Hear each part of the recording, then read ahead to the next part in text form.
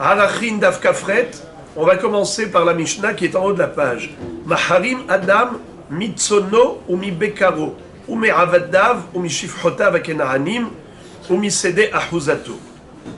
Ve'im herim et kulam, enam muhramim, divrei Rabbi Eliezer.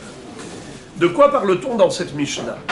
On parle du herem, et au pluriel, haramim. Il existe deux sortes de herem. Herem pour le Beth Amikdash ou herem pour les Kohanim. Dans notre Mishnah, on parle précisément du herem pour les Kohanim. Car le herem qui est offert au Beth Amikdash est reversé dans le trésor du Bedek Habayit. Bedek Habayit, c'est-à-dire l'argent qui était utilisé pour restaurer le Beth Amikdash, pour l'intendance du Beth Amikdash. Mais ce n'est pas de ce herem dont on parle ici. Dans notre Mishnah, on parle du herem des Kohanim. Alors maintenant, quels sont les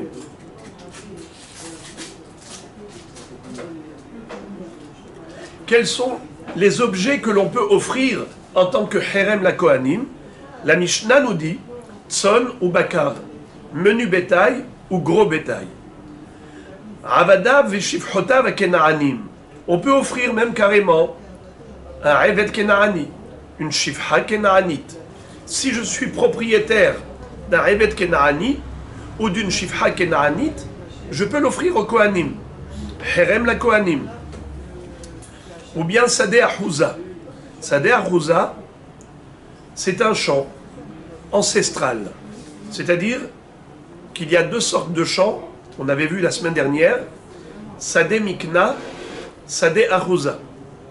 Sadeh mikna, c'est un champ que j'ai acheté. Sadeh ahouza, c'est un champ que j'ai hérité. Au moment où Yoshua Binoun a conquis la terre d'Israël, eh bien il a distribué tout le territoire aux 12 tribus. Ils se sont partagés le territoire d'Israël. Chaque tribu a reçu des villes d'Eretz Israël. Eh bien, les enfants de ces tribus, les descendants de chaque tribu, ont hérité de leurs ancêtres, qui sont rentrés en Eretz Israël, ce territoire, ces champs. Comment ça s'appelle en hébreu? Sadeh Ahouza, un champ qui fait partie du patrimoine ancestral. Alors maintenant, on est en train d'établir un distinguo entre Sadeh Ahouza et Sadeh Mikna. Lorsque la Torah nous dit lorsqu'on veut faire un herem, la Kohanim, il s'agit d'Afka de Sadeh Ahouza, pas de Sadeh Mikna. Sadeh Ahouza, c'est quelque chose qui m'appartient. Quand on va le donner au Kohanim, ça va leur appartenir tout le temps. Alors que Sadeh Mikna, ce n'est pas à moi. Sadeh Mikna, c'est quelque chose qui, de toutes les façons, allait rester chez moi que quelques années, jusqu'au Yovel. Dès qu'arrive le Yovel, j'aurais dû rendre ce champ à son propriétaire. Alors que le herem la Kohanim, c'est un herem la Kohanim définitivement, ad vitam aeternam. Donc ça ne peut pas être un Sadeh Mikna. Ça ne peut être qu'un Sadeh Ahouza. Car le Sadeh Ahouza, il est à moi définitivement. Je peux le donner au Kohen définitivement. Mais le Sadeh Mikna, il est à moi que périodiquement. Donc je ne peux pas le donner au Kohen définitivement. Car le herem la Kohanim, c'est pour que ça reste au Kohen définitivement. Ve'im herim et kulam enam muhramim. Qu'est-ce que ça veut dire? Il y a là une précision. On en reparlera dans la Gemara plus en détail. Il y a là une précision. C'est que, si vous avez remarqué dans la phrase première de la Mishnah, Maharim Adam mitzono, ou mi bekaro, ou me avada, ou mi shifchota vekenaanim, ou mi sadeh achuzato. Ve'im herim et kulam enam muhramim. Qu'est-ce qu'on peut offrir comme herem la Kohanim? C'est uniquement une partie de son patrimoine. Ou bien une partie de la catégorie du patrimoine que nous possédons. Par exemple, j'ai du menu bétail. Par exemple, j'ai 1000 bêtes. Du gros bétail, j'ai 1000 bêtes. Est-ce que je peux donner 1000 bêtes de mon menu bétail au Beth Amikdash, au Kohanim? Réponse non. Est-ce que je peux donner les 1000 bêtes de mon gros bétail? Réponse non. Est-ce que je peux donner tous mes champs? Je ne laisse rien pour moi. Il ne reste rien pour moi. Est-ce que c'est possible? Réponse non. Ça veut dire que il est possible d'offrir au Kohanim qu'une partie de ce que je possède, mais pas tout. Et même dans la catégorie, dans les différentes catégories que je possède, par exemple, menu bétail, gros bétail, abadim, shfahot, sadeh achouza, si j'ai envie d'offrir toute la catégorie d'une chose, d'un élément, par exemple, je veux donner tous mes abadim, ce n'est pas possible. Le herem, c'est uniquement d'une partie de ce que je possède, ou bien une partie de la catégorie que je possède. Mais si je donne tout, eh bien c'est rien. Celui qui veut tout, rien. Et on va évidemment, dans la Gemara, nous le démontrer. De quel pasouk on a déduit cette halakha, que si je donne une partie, ça marche, en tant que herem la kohanim, si je donne tout, ça ne marche pas. C'est ce que nous enseigne Rabbi Eliezer. Ve'im herim et kulam enam muhramim. Amar Rabbi Elazar ben Azaria. Maim la gavoa en adam rachai laharim kol nechasav al had kama vechama she'en adam hasan al nechasav. Qu'est-ce que ça veut dire? Al had kama vechama she'yehe adam hasan nechasav. Rabbi Elazar ben Azaria nous dit, si déjà pour le sacré c'est ainsi, pour le profane à plus forte raison. Si Akadosh Baruch Hu nous demande, même si on est dans un enthousiasme, dans un excès de zèle, dans une dynamique de Kedusha, et on est enthousiaste pour la mitzvah, on a envie de tout offrir, Herem la Kohanim, on te dit non. Même si le Herem c'est une mitzvah, faut pas tout donner à la mitzvah. Tu dois te garder quelque chose pour toi. Tu as besoin de vivre. Faut pas que tu tombes à la charge du tzibour. C'est pas la peine de te démunir de tout, de te destituer de tous tes biens, et après tu restes sans rien. Non. Akadosh Baruch Hu ne veut pas que tu fasses ce genre de mitzvot. Tu dois tout de même te maintenir dans un équilibre. Fais la mitzvah, mais dans le cadre de l'équilibre. Tu donnes, même beaucoup, mais pas tout. C'est extraordinaire. Et maintenant, de là on apprend que, à plus forte raison, qu'il ne faut pas également dilapider son argent pour des raisons profanes. Si déjà pour une mitzvah on nous limite, à plus forte raison pour du profane. Par exemple, si j'offre aussi à quelqu'un tout ce que j'ai, is not good. L'homme doit être Hasal Nechasav. Hasal Nechasav, c'est-à-dire préserver son patrimoine. On a ici un cours d'économie, dans le sens où l'homme ne doit pas s'aventurer en se livrant, en se mettant dans une situation qui après deviendra impossible à gérer pour lui. On va y arriver. Excellent. Mena Nemile. La Gemara demande d'où sait-on cela qu'il faut se limiter dans le don et ne pas tout donner. Mikol Asherlo, Velo Kol Asherlo. Il y a un pasouk dans Vaïkra, dans Sefer Vaïkra, où il est écrit comme ça. Ar Kol Herem, Asher Yaharim Ish Lashem, Mikol Asherlo. Kol Herem, Asher Yaharim Ish Lashem, Mikol Asherlo. De tout ce qu'il possède. Mikol, de tout ce qu'il possède. Velo Kol Asherlo, mais pas tout ce qu'il possède. Mais Adam, c'est écrit dans le même pasouk. Mais Adam ou Behema ou Misdeh Achuzato. Si vous voulez bien lire avec moi le pasouk, vous l'avez sur le côté. Il y a un pasouk. Ar Kol Herem. Asher Yaharim Ish Lashem, Mikol Asherlo, Me'adam ou Behema, ou Misede Achuzato, Lo Imacher velo Igael, Kol Herem, Kodesh Kadashim ou Lachem. Répétons.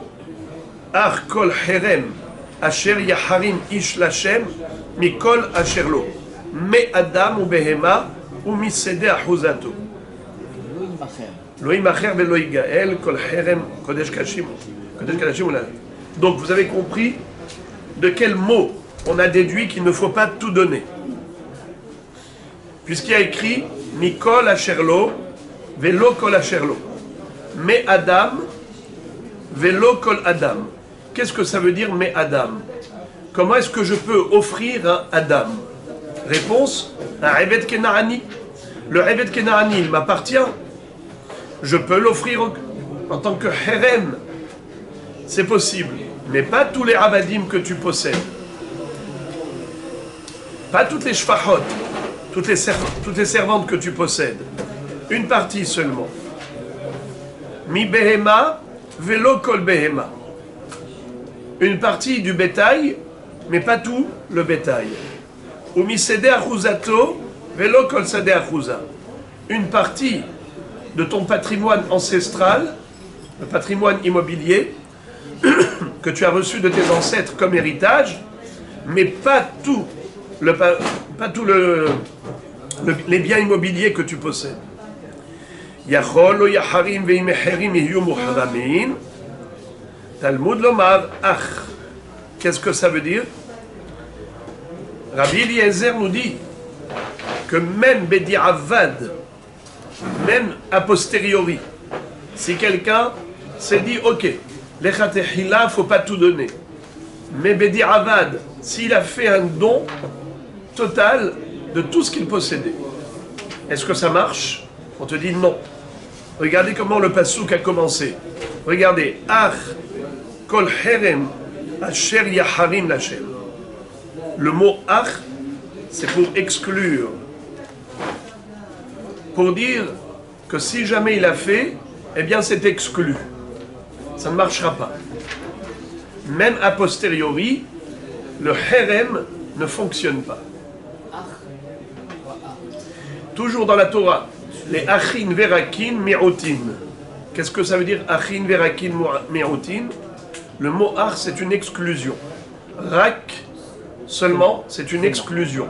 Des termes d'exclusion, c'est pour nous dire que c'est exclu. Talmud lomar ach. Comment est-ce qu'on apprend du mot ach?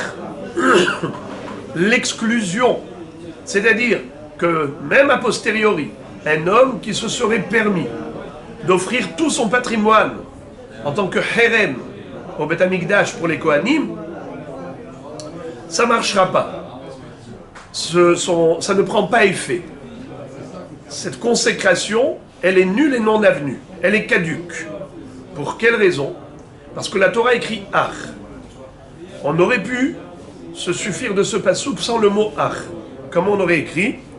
Kol herem asher yaharim ish lachem, mikol asher lo, me'adam ou behema ou misde achuzato. De ce passouk, qu'est-ce qu'on voit? Qu'il faut offrir, comme herem au Kohanim, qu'une partie de ses biens, mais pas tous ses biens. N'est-ce pas? Tu peux offrir comme herem qu'une partie, mais pas tous tes biens. Mais Bedi Avad, si quelqu'un s'est autorisé de transgresser ce précepte, Bedi Avad, il a consacré la totalité de ce qu'il possède. Est-ce que ça prend effet, oui ou non? La Torah te dit que même Bedi Avad, ça ne prend pas effet. Comment la Torah te l'a indiqué? Par le mot ar. C'est un mot qui est a priori inutile. Ar, c'est pour dire seulement. Ar, le mot ar. Ou rak, dans la Torah, ça veut dire uniquement, seulement. Ça veut dire que c'est exclusif. C'est que comme ça que ça peut marcher, et pas autrement. Ar, kol herem asher yaharim ish lachem, mikol asher lo. Avec le même, de tout ce qu'il possède, mais pas tout ce qu'il possède. Mikol asher lo velo kol asher lo. Comment ça peut prendre effet, cette consécration au herem? Quand est-ce que ce herem il peut prendre effet? que dans la mesure où tu as respecté le même. Mikol Asherlo, Min Me Adam, Mi Sede Achuzato, Velo Kol Adam, Velo Kol Achuzato, et ainsi de suite, Velo Kol Asherlo. Donc on a compris que le mot Ach vient nous indiquer que ce n'est pas seulement a priori, même a posteriori. Si l'homme a tout offert à Kadosh Baruch Hu, is not good. Ça ne prend pas effet. De son vivant, essentiellement. Comment? De son vivant, essentiellement. Qu'est-ce que vous voulez dire par là? Qu'est-ce qu'après, une fois qu'il a quitté ce monde, il a le droit quand même de tous ses éléments. Vous parlez de la tzedaka. Vous parlez de la tzedaka. Dans la tzedaka. Mais pas pour le herem. Utsricha. Pardon. La Gemara continue, il nous dit Amar Abil Azar ben Azaria. Ma'im la gavoa. En Adam Rachai la harim kol nechassav. Ala had kama vechama. Sheyehe Adam has al nechassav. Qu'est-ce que ça veut dire? Si déjà, pour le sacré, l'homme ne doit pas dilapider tout son argent, à plus forte raison que pour le profane, l'homme ne doit pas dilapider tout son patrimoine. Maintenant, la Gemara va nous expliquer pourquoi la Torah avait besoin d'énumérer tous ces détails et de nous dire que la personne qui a envie de faire du herem parce qu'elle est exaltée, enthousiaste pour faire cette mitzvah de consécration au Beth Amikdash en faisant un herem, la Torah nous dit qu'il ne faut pas tout donner. Il faut donner qu'une partie, que partiellement. Question, pourquoi la Torah avait besoin d'énumérer tous ces détails? Au début, elle a dit Mikol Asherlo. Regardez. Arkol herem asher yaharim ish lachem, Mikol Asherlo. Me Adam ou Behema, ou Misade Achuzato. C'est bon, tu as dit Mikol Asherlo.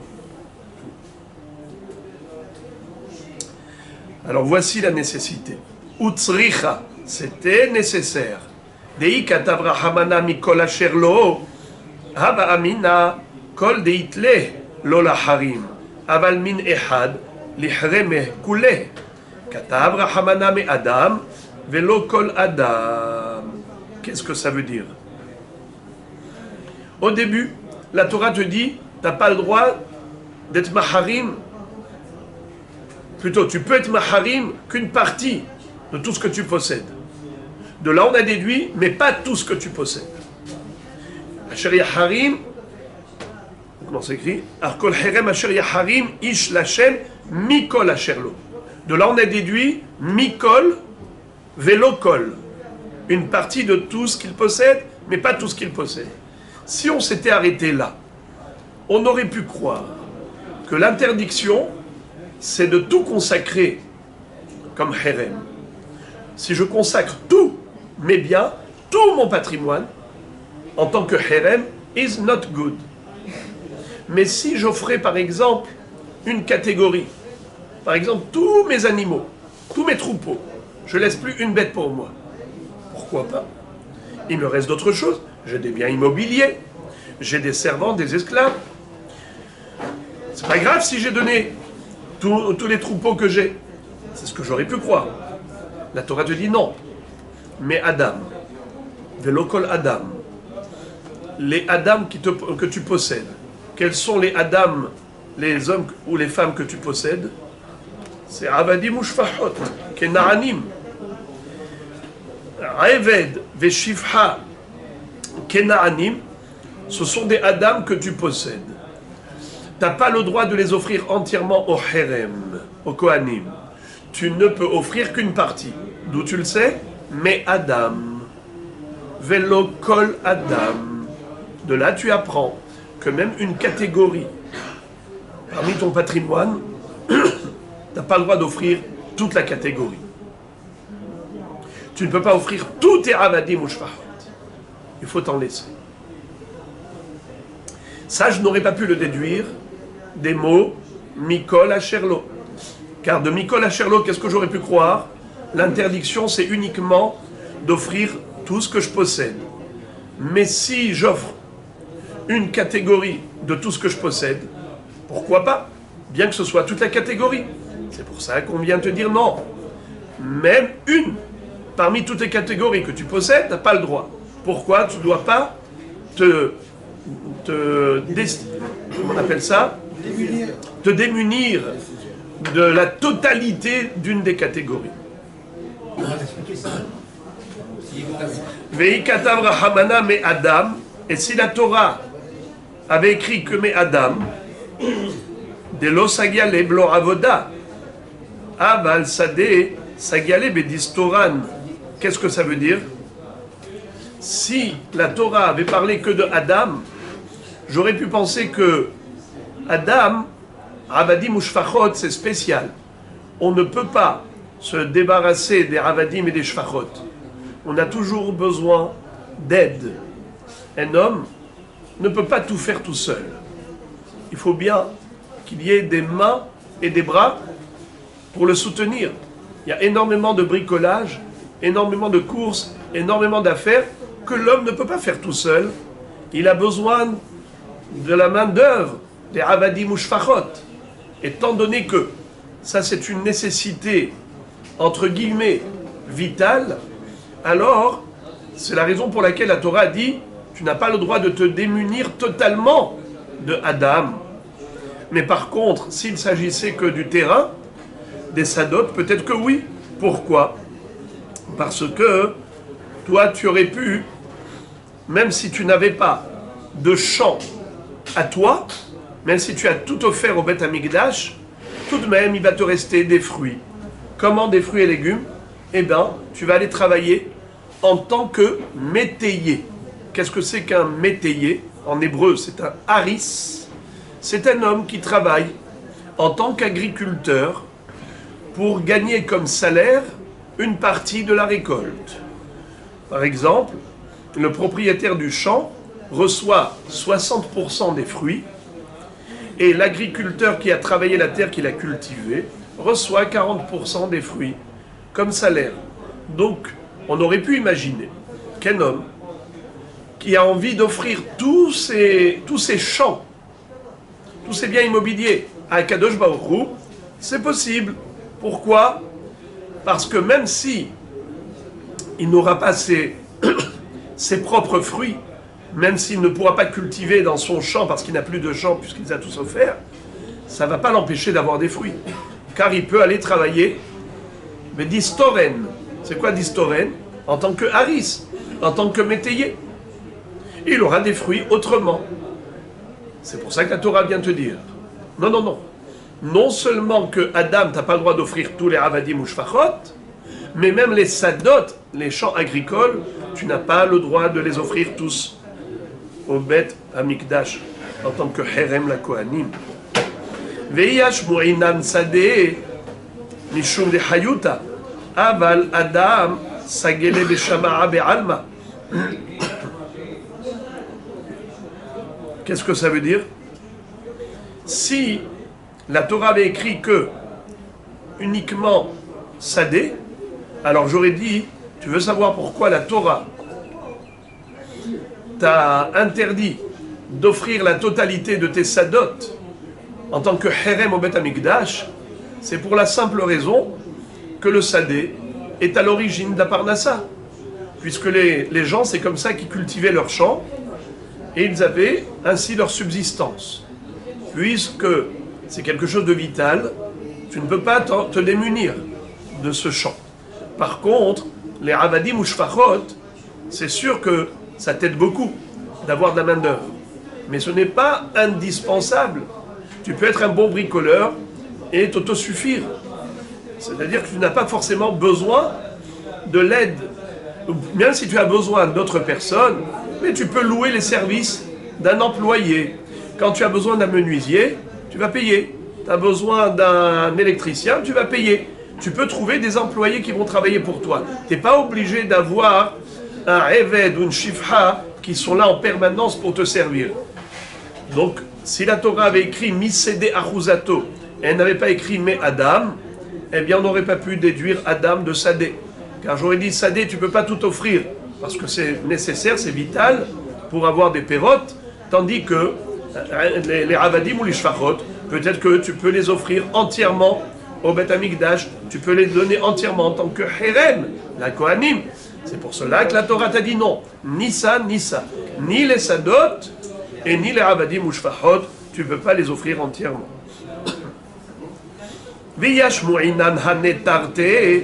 Et si la Torah t'avait enseigné uniquement par rapport aux deux éléments, à savoir les Sadot et les Rabadim ou Shfachot, comme quoi tu ne peux pas tout offrir, ni cette catégorie, j'aurais dit Mishum de Hacha Hayuta, Vehacha Hayuta. Car ici il y a du Haïm et ici il y a du Haïm. C'est-à-dire, les deux sont vitaux. Avoir de l'aide, c'est vital. Avoir un champ pour avoir de la parnassa, c'est vital. C'est pour cela que tu ne peux pas te démunir de l'ensemble de cette catégorie. Tu ne peux pas tout offrir au Beth Amikdash. Mais les métaltélines, aval métaltélines, les hareminhu kulehu tzriche. Mais si il s'agissait simplement d'objets, alors j'aurais dit, pourquoi pas? Tu peux offrir tous les objets. Mikol Asherlo. C'est quoi Mikol Asherlo? Des objets mobiles. Le mobilier, les métaltélim, tu aurais pu penser que ce n'est pas vital. Eh bien, j'offre tous mes objets, tout mon mobilier au Beth Amikdash en tant que Herem la Kohanim. Pourquoi pas? On aurait pu penser que ce n'est pas semblable au Sadé. Ce n'est pas semblable au Avadim ou Shfachot. C'est moins important dans la vie. On peut se passer du mobilier. C'est moins vital. Donc j'aurais pu penser que la Torah m'a limité dans ce qui est vital. Mais elle ne m'a peut-être pas limité dans ce qui n'est pas vital, tel que les métaltélim, tout le mobilier. C'est pour cela que la Torah te dit non, Mikol Asherlo. Même le mobilier, tu n'as pas le droit de le consacrer entièrement en tant que Herem. Tzriche. Tout ça, c'était pour nous expliquer la tzrichuta, la nécessité d'énumérer tous ces détails dans la Torah. La Gemara demande dans ce cas-là, Behema la Mali. Alors dans ce cas-là, pourquoi est-ce qu'on a précisé Behema? Une fois que tu as précisé Adam, Sadé et Metaltelim, alors Behema nous paraît superflu. C'est plus utile. Réponse. L'Egdetania. Yachol Yaharim Adam Beno Bito Avdo Veshivhato Aivrim Usde Miknato Talmud Lomar Behema. Ma Behema Yeshlo Reshut Lemochera Afkol Sheyeshlo Reshut Lemochera. C'est-à-dire, question. Est-ce que je pourrais consacrer au Beth Amikdash, par exemple, mon fils, ma fille, mon Eved Ivri, ou bien ma Ama Ivriya? On a dit qu'on pouvait consacrer un Eved Kenaani. On pouvait consacrer une Shifra Kenaanite. Mais est-ce qu'on peut consacrer un Eved Ivri ou Ama Ivriya? Question. Est-ce qu'on peut consacrer, par exemple, sa propre fille, son propre fils? Réponse, non. Pourquoi? Car nous voyons dans ce pasouk, parmi les détails énumérés, nous retrouvons Behema. Behema, c'est écrit inutilement, puisque ça ne sert à rien, et on sait que la Torah n'écrit pas des choses inutiles, c'est forcément pour faire allusion à quelque chose. Quoi? La Behema, elle sert de référence. Tu ne peux consacrer que des objets ou des éléments qui ressemblent à Behema. La Behema, tu peux la vendre. N'est-ce pas? Tu peux vendre une bête, bien sûr. Est-ce que tu peux vendre ton fils? Impossible. Tu regardes dans la Torah, jamais la Torah n'a octroyé au père la possibilité de vendre son fils. Est-ce que tu peux vendre ta fille? Réponse oui, mais jusqu'à un certain âge. C'est-à-dire, Vechim kor ish et bito le ama, alors, en effet, on peut vendre sa fille comme Ama Ivriya. Mais jusqu'à quel âge? Jusqu'à ce qu'elle soit Nahara. Quand est-ce qu'elle sort? Simane Naharut. Dès que la fille devient Nahara, ça y est, elle sort en liberté. Elle n'est plus Ktana. Quand elle est Ktana, le père a le droit de la vendre comme servante, comme Ama Ivriya. Mais une fois qu'elle est Nahara, ce n'est plus possible. Même s'il a vendu quand elle était petite, elle sort Bessimane Naharut. Très bien. Encore, puisque on ne peut pas vendre le fils, et puisqu'on ne peut pas vendre le fils, et même la Maïvriya que l'on peut vendre quand elle est petite, on ne peut pas la vendre lorsqu'elle est grande, contrairement à la Behema que tu peux vendre tout le temps.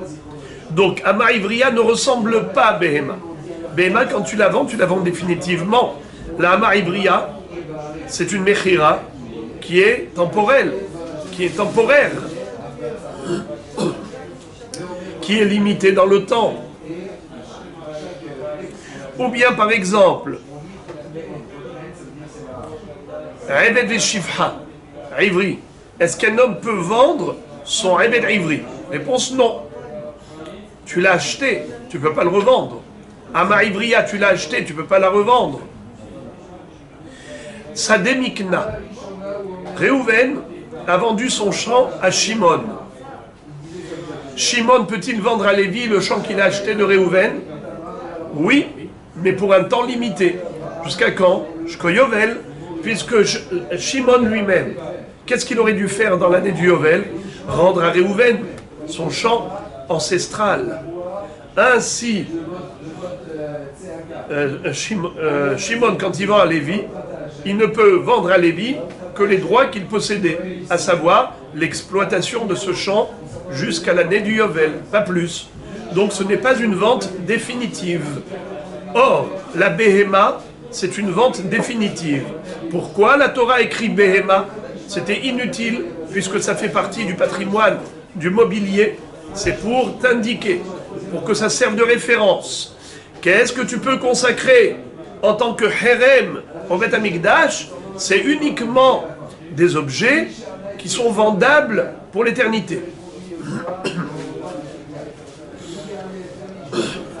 Comme Behema, qui une fois vendu, appartiendra ad vitam aeternam à son acheteur, son nouvel acquéreur. Mais les objets qu'on vient d'énumérer, à savoir Bno, Bito, Avdo, Ve'amato, Haïvriyim, ainsi que Sademikna, tous ces éléments ne peuvent être vendus que temporairement, provisoirement. Ce n'est pas du tout semblable à Behema. Et de ce fait, on ne peut pas consacrer au Beth Amikdash en tant que Herem tous ces objets. La Gemara pose la question. J'ai anticipé pour que ce soit plus digeste, mais la Gemara elle-même va expliquer tout ça.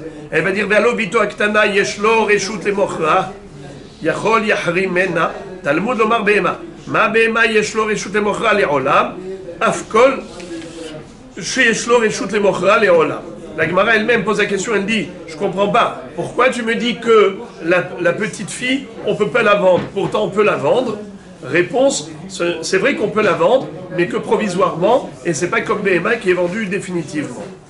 Amar Rabbi Elazar ben Azaria, im la gavoa en adam rachai, al ahad kama vechama sheyadam has, al nechasar.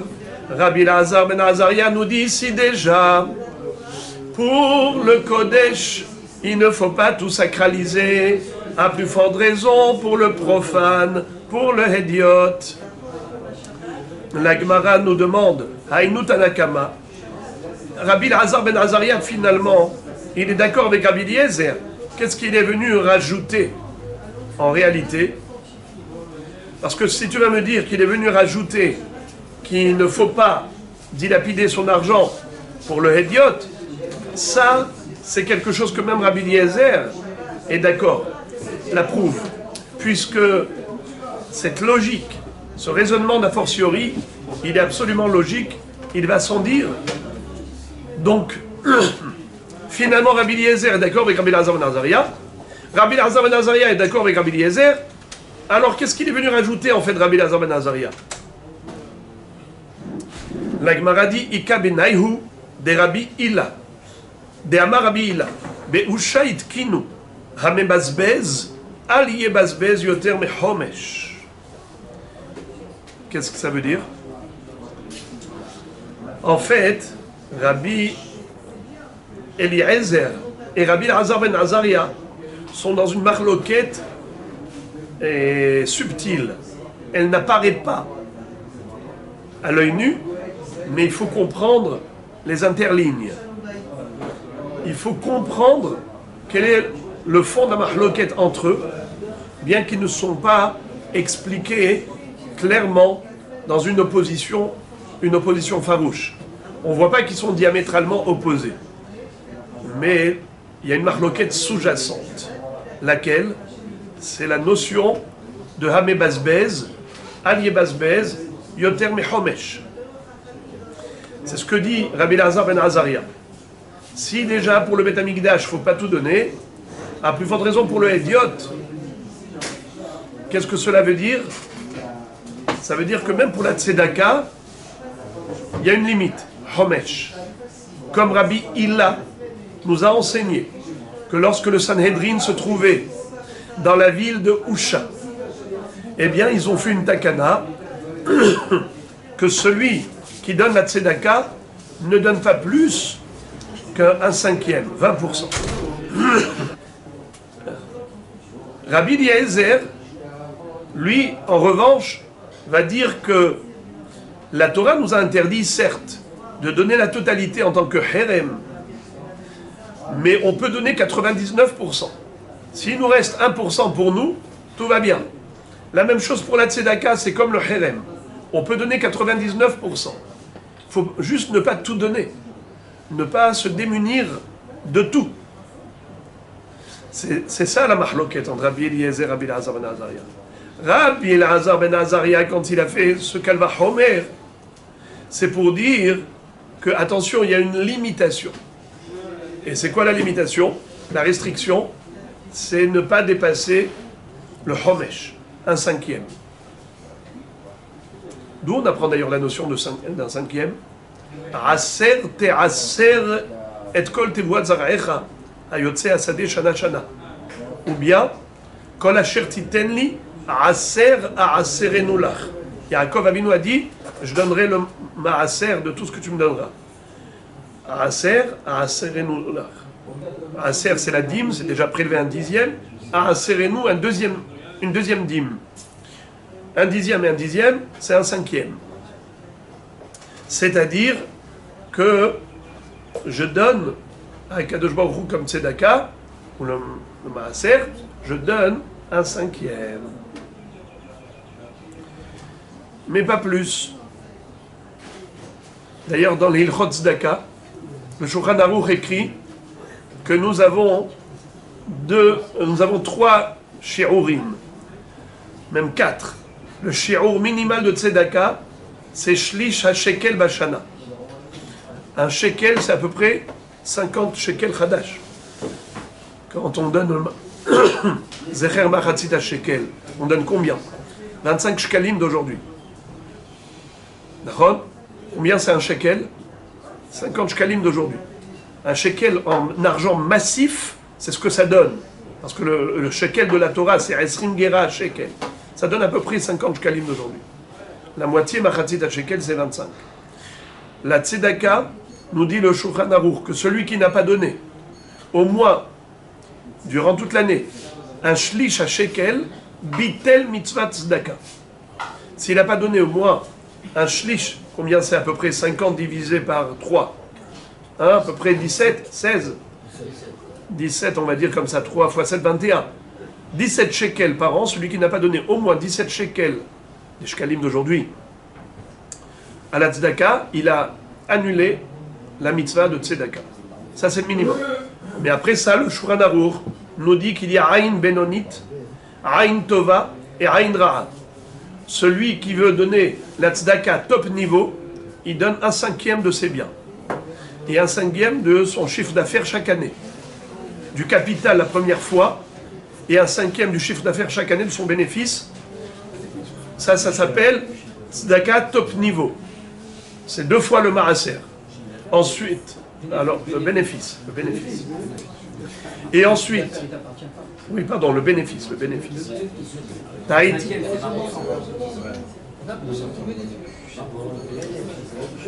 Le bénéfice, vous prenez, donnez 20%. Ensuite, ça, on a le bina aïn benonit, celui qui est moyen. Il donne le maaser, pile, 10%. Et celui qui donne moins, alors, il est considéré inférieur à ce benoni. Donc on a 4 niveaux. Strict minimum, sinon c'est une ravera, on a transgressé la mitzvah de tzedaka. Ensuite, il y a celui qui donne mieux, mais moins que le maaser. Il y a celui qui donne le maaser et celui qui donne le double du maaser. Pourquoi vous mélangez la tzedaka avec le maaser, c'est deux choses différentes? Pourquoi vous dites que c'est 2 choses différentes? Le maaser, c'est sur ses revenus un pourcentage. La tzedaka, c'est en plus, c'est quelque chose que je donne, qui n'a rien à qui n'est pas constitué dans le maaser. Vous pouvez donner de votre maaser cette tzedaka. C'est deux choses différentes. Pourquoi? Le maaser, c'est un pourcentage sur tes revenus. C'est une obligation. D'accord. Si vous dites ça, pourquoi le Shulchan Aruch a parlé du maaser dans Ilchot Tzedaka? C'est de l'argent, donc c'est dans le même. Non. Il y a Ilchot Maaser, c'est une chose, Ilchot Tzedaka, c'est autre chose. Si c'était 2 halachot différentes, pourquoi il les a mis dans Ilchot Tzedaka? Et il nous dit que celui qui donne la tzedaka, voici le minimum, après il nous parle du maaser. Donc vous dites que celui qui donne de la tzedaka, un pauvrirant, je lui donne 20 shekels, c'est déductible. Bien sûr, bien sûr. Et il y va jusqu'au maaser. Il donne à tous les pauvres qui le sollicitent, et il calcule ça du maaser. C'est déductible, absolument. C'est déductible du maaser. Allez les frères et les amis. Nouvelle Mishnah. Amaharim beno bito be'avdo v'shivhato ha'ivri musde mikdato en muhramin she'en adam aharim davar she'eno shelo. Cette Mishnah, c'est la suite directe de la précédente, à savoir que quelqu'un qui voudrait faire du herem, celui qui veut faire du herem, il veut offrir au Beth Amikdash son fils, sa fille, ou bien son Eved Ve'ama Ivriya. Ça marche pas. Eved Ivriya, Ama Ivriya, ça marche pas. Sade Mikna, ou bien un champ qu'il a acheté, Enam Muharamin. Quelle est la raison? En Adam Mahrim Davar Sheno Shelo. Tu ne peux pas consacrer au Beth Amikdash ce qui ne t'appartient pas. Est-ce que tu peux vendre ton fils? Non. Tu peux vendre ta fille définitivement? Non plus. Le Eved et Ama Ivriya ne sont pas vendables par leur propriétaire. C'est des mikna. Ce n'est vendu que temporairement, puisque au Yovel, ça retournera à son ex-propriétaire. De ce fait, impossible d'être mahrim. En Adam Maharim Davar Sheno Shelo. Et maintenant, la Mishnah passe à autre chose. Et elle nous dit un Kohanim ve'alviim ena mahrimin. Un Kohen ou un Lévi ne peuvent tout simplement pas faire cette opération qui s'appelle Herem. Le Kohen, il est maharim pour les Kohanim, mais le Kohen lui-même, à qui il va s'auto-donner, il va se donner à lui-même. Un autre Kohen. Ça n'a aucun sens. Non. Puisque lui-même, il est habilité à prendre, donc ça n'a aucun sens de faire le va-et-vient. N'est-ce pas? On verra dans la Gemara. A Kohanim ve'alviim ena maharimin, dit vrai Rabbi Yehuda. Selon Rabbi Yehuda, il n'est pas possible pour un Kohen ou un Lévi d'offrir un Herem. Rabbi Shimon Omer, הכהנים אינם מחרימין שהחרמין שלהם, והלוויים מחרימין שאין החרמין שלהם. Rabbi Shimon n'est pas d'accord avec Rabbi Yehuda. Qu'est-ce qu'il dit? Il y a une différence fondamentale entre les Kohanim et les Lévi'im. Le Kohen, la raison pour laquelle il ne peut pas rendre un objet Herem, pourquoi? Parce que c'est de sortir de la poche droite pour mettre dans la poche gauche. Ça ne sert à rien. C'est quoi cette blague-là? Il joue à l'accordéon. Mais le Lévi, Pourquoi pas? Le Herem n'est pas offert aux Lévi'im, c'est offert aux Kohanim. Kol Herem la Kohanim y est. Kol Herem be Israël lecha y est.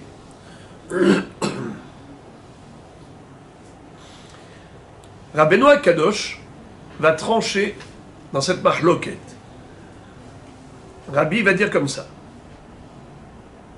J'ai sauté d'ailleurs une phrase. Amar Rabbi, nir'in divrei Rabbi Yehuda bekarkaot, shene'emar, ki ahuzat olam hu lahem, venir'in divrei Rabbi Shimon bimtaltelin, she'en haramin shelahem. Qu'est-ce que ça veut dire? Je suis d'accord avec Rabbi Yehuda, dit Rabbeinu HaKadosh. Rabbi Yehuda, qu'est-ce qu'il a dit? Que ni les Kohanim, ni les Lévi'im ne peuvent offrir au Beth Amikdash des haramin. Pourquoi? Parce que le Kohen, en effet, ça va lui revenir.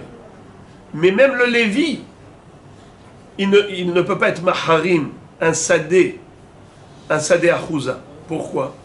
Parce que ça doit rester leur propriété.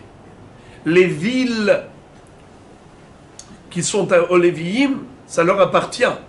Et de ce fait, il n'est pas possible que des Haré ha-Lévi'im, les sadot qui font partie des Haré ha-Lévi'im, soient offertes totalement aux Kohanim, au Beth Amikdash. C'est juste impossible, car la Torah elle-même a exigé que ça reste le patrimoine des Lévi'im. Alors quoi, ça va leur revenir au Yovel? Quel est le sens de ce Herem? Ce n'est pas possible. Puisque la Torah a dit qu'il faut que ça reste leur patrimoine, donc ils ne peuvent pas se séparer de ce patrimoine. Je relis le pasouk. Ki ahuzat olam hu lahem. Puisque la Torah a accordé aux Lévi'im ce patrimoine, et elle a dit, vous ne pourrez jamais vous en séparer, voilà la raison pour laquelle, dit Rabbi, je donne raison à Rabbi Yehuda. Ni les Kohanim, ni les Lévi'im ne peuvent offrir comme Herem un bien immobilier. Pour quelle raison? Chacun a sa raison. Pour les Kohanim, parce que c'est de la poche de droite à la poche gauche, donc ça ne sert à rien. Et pour les Lévi'im, c'est pour une autre raison. C'est que la Torah dit que les Lévi'im ne peuvent pas se séparer de leurs biens immobiliers. Mais je donne raison à Rabbi Shimon par rapport au métal télé. Pour le mobilier, je ne vois pas pourquoi un Lévi ne pourrait pas offrir du mobilier comme Herem au Beth Amikdash. Venir'im divrei Rabbi Shimon bemetaltelim she'en haramin shelahem. Qu'est-ce que ça veut dire? Premièrement, ils peuvent s'en séparer. La Torah n'a jamais dit que le Lévi ne puisse pas se séparer du mobilier. Et en plus, c'est que ce mobilier, il va aller chez qui? Chez les Kohanim, pas chez les Lévi'im. Un Kohen, ça ne sert à rien qu'il fasse Herem du mobilier, parce que, comme on a dit, de la poche droite à la poche gauche, ça n'a pas de sens. Mais le Lévi, il donne à qui? Au Kohen. Herem la Kohanim. Tout va bien dans le meilleur des mondes. Voilà donc la fin de la Mishnah. S'il fallait résumer cette deuxième partie de la Mishnah, on a trois chitotes, deux qui sont diamétralement opposés, et l'autre chita qui est intermédiaire, qui est un compromis. On a d'une part Rabbi Yehuda qui dit les Lévi'im ne peuvent en aucun cas faire cette opération qui s'appelle Herem, ni du mobilier, ni de l'immobilier, ni Kohanim, ni Lévi'im. Rabbi Shimon dit pourquoi pas? Les Kohanim ne peuvent pas, c'est vrai, mais les Lévi'im, pourquoi pas? Rabbeinu HaKadosh dit pour les Lévi'im, je donne raison à Rabbi Yehuda pour le mobilier, pardon, pour l'immobilier, et je donne raison à Rabbi Shimon pour le mobilier. Donc, répétons, pour les Kohanim, il n'y a pas de mahloket. Tout le monde est d'accord qu'un Kohen ne peut en aucun cas effectuer l'opération Herem. Car la poche gauche à la poche droite, ça ne sert à rien. Là où il y a mahloket, c'est Lévi. Pour le Lévi, il peut réaliser un herem, oui ou non. Selon Rabbi Yehuda, non. Selon Rabbi Shimon, oui. Selon Rabbi, ça dépend. Pour Karkaot, non. Pour Metaltelim, oui. Gemara. Ve Rabbi Yehuda, Bishlama Kohanim, En Maharimim, Sheharamim Shelahem. אלא הלוויים בשלמה מקרקעי לא מחרימה דכתיב כי אחוזת עולמי להן אלא מטלטלה לחרמה. La Gemara pose une question absolument logique, à savoir pour quelle raison Rabbi Yehuda considère que le Lévi ne peut effectuer aucun hérem, ni par rapport à l'immobilier, ni par rapport au mobilier. Alors l'immobilier, on en convient, parce que c'est un passouk de la Torah qui dit Ahuzat olam ilahem, ils ne peuvent pas se séparer de leurs biens immobiliers. Mais pourquoi est-ce qu'il a annulé également le herem des metaltelim? Un Lévi, a priori, peut se séparer de son mobilier. Réponse Amarkra Mikol Asherlo ou Misede Ahuzato Makish metaltelin les karkaot. La réponse, elle est lumineuse. Nous avons dans ce passouk un hekesh.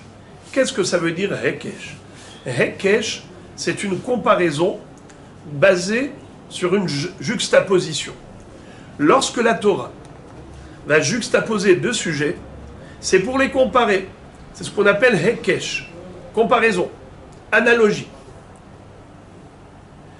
Elle a comparé le mobilier à l'immobilier. Puisqu'elle a écrit les deux l'un à côté de l'autre, c'est juxtaposé. Où est-ce que nous retrouvons la juxtaposition? Je vous relis tout le passouk, lisez-le s'il vous plaît avec moi. Ar kol herem, asher yaharim ish lashem, mikol asher lo, me adam ou behema, ou misede ahuzato. Voyez-vous? Kol asher lo, Adam ou Behema. Ou Misede Achuzato. Sade Achuza, ça veut dire quoi Sade Achuza? Sade. Ancestral. Immobilier. Exactement, c'est de l'immobilier. Sade. Qu'en est-il du Kol Asherlo? C'est quoi Kol Asherlo? Le mobilier. Behema, mobilier. La Torah juxtaposait les deux éléments, le mobilier et l'immobilier, dans le même passouk qu'elle les a écrits l'un à côté de l'autre. C'est pour comparer le mobilier à l'immobilier, pour dire que de la même façon que le Lévi ne peut pas se séparer de l'immobilier, qui a huzat olam ou lahem, ainsi il ne peut pas se séparer du mobilier. En meshivin ala hekesh. La Torah les a comparés. Comparaison n'est pas raison. Ça veut dire ne cherche pas à comprendre la logique des choses. Pas de logique. La Torah, c'est elle qui va légiférer. C'est elle qui a défini les règles. Voilà la ligne. Vers Rabbi Shimon. Maintenant, Agmara va poser la question à Rabbi Shimon, qui lui avait dit que, au contraire, le Lévi peut tout consacrer en tant que herem, aussi bien l'immobilier que le mobilier. Bishlama kohanim kede amran. C'est-à-dire, Rabbi Shimon, qu'est-ce qu'il a dit? Que les kohanim ne peuvent pas être maharim. Pourquoi ils ne peuvent pas être maharim? Parce que la poche droite à la gauche, ça ne sert à rien. Par contre, et la léviim, bishlama mitaltelim, la harim, de l'omakish, et la mekarke'e amay, vehaktiv, ahuzat olam hulahem, c'est-à-dire, je ne comprends pas ce qu'il se passe avec Rabbi Shimon, car en effet,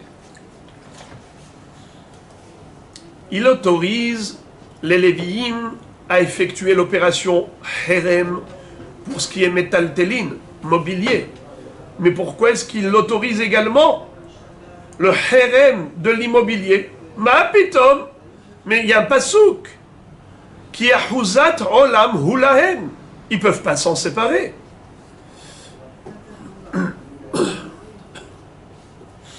Alors la Gemara, du coup, va y avoir ici un revirement de la Gemara par rapport à la compréhension des paroles de Rabbi Shimon. La Gemara dit, cette question elle est tellement forte qu'on n'a nul choix que de comprendre Rabbi Shimon différemment. Lorsque Rabbi Shimon avait dit que les Lévi'im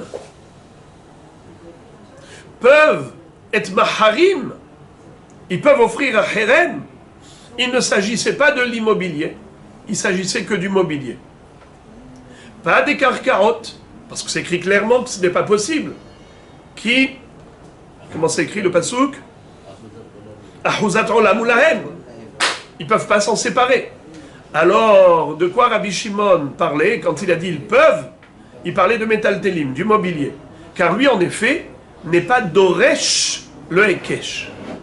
Il ne fait pas de dracha de hekesh comme a fait Rabbi Yehuda. Il dit non, cette juxtaposition n'est pas pour faire une comparaison.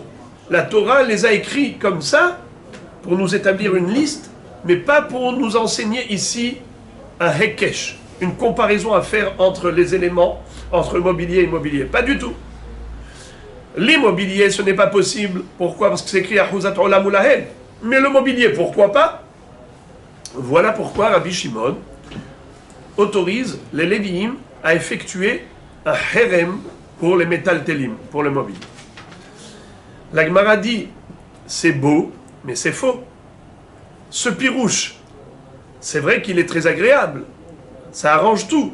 Il n'y a plus de problème pour Rabbi Shimon. Mais c'est juste impossible. De dire une chose pareille, c'est juste impossible. Pourquoi? Il suffit de lire la suite de la Mishnah. Dans la suite de la Mishnah, qu'est-ce qu'on lit? Vehami de katane sefa. Amar Rabbi, nir'in divrei Rabbi Yehuda bemekar ke'e. Vedivrei Rabbi Shimon bemetal tele. Miklal de Rabbi Shimon mekar ke'e nameka amar.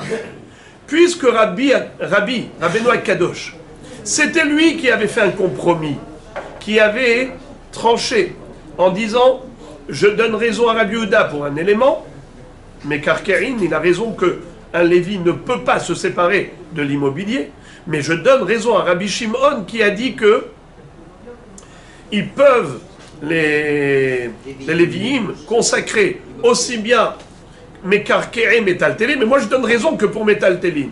Lorsque Rabbeinu Kadosh dit je donne raison à Rabbi Shimon pour les Metaltelin, ça veut dire que je ne lui donne pas raison pour les Karkaot.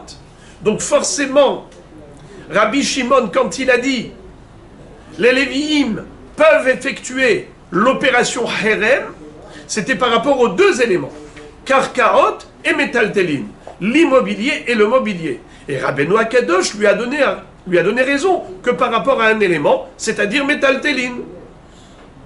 Alors comment tu peux dire que Rabbi Shimon lui-même en convient? Parce que finalement, il s'avère que Rabbi et Rabbi Shimon, ils disent la même chose. Aïe, aïe, aïe, aïe, aïe. Alors la Gemara va donner une explication avec un petit réajustement. Un petit réajustement, écoutez ça.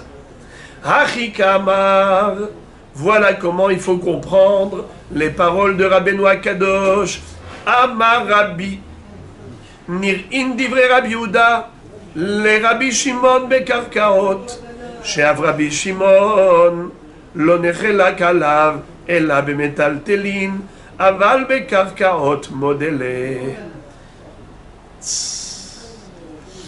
Faut pas lire nir'in divrei Rabbi Shimon bemetaltelin, il faut lire, pardon, faut pas lire nir'in divrei Rabbi Yehuda bekarkaot ve Rabbi Shimon bemetaltelin. Il faut dire comme ça. Nir'in divrei Rabbi Yehuda le Rabbi Shimon bekarkaot. She'av Rabbi Shimon lo nechelak alav ela bemetaltelin aval bekarkaot modele. C'est-à-dire, Rabbeinu Kadosh n'est pas venu trancher.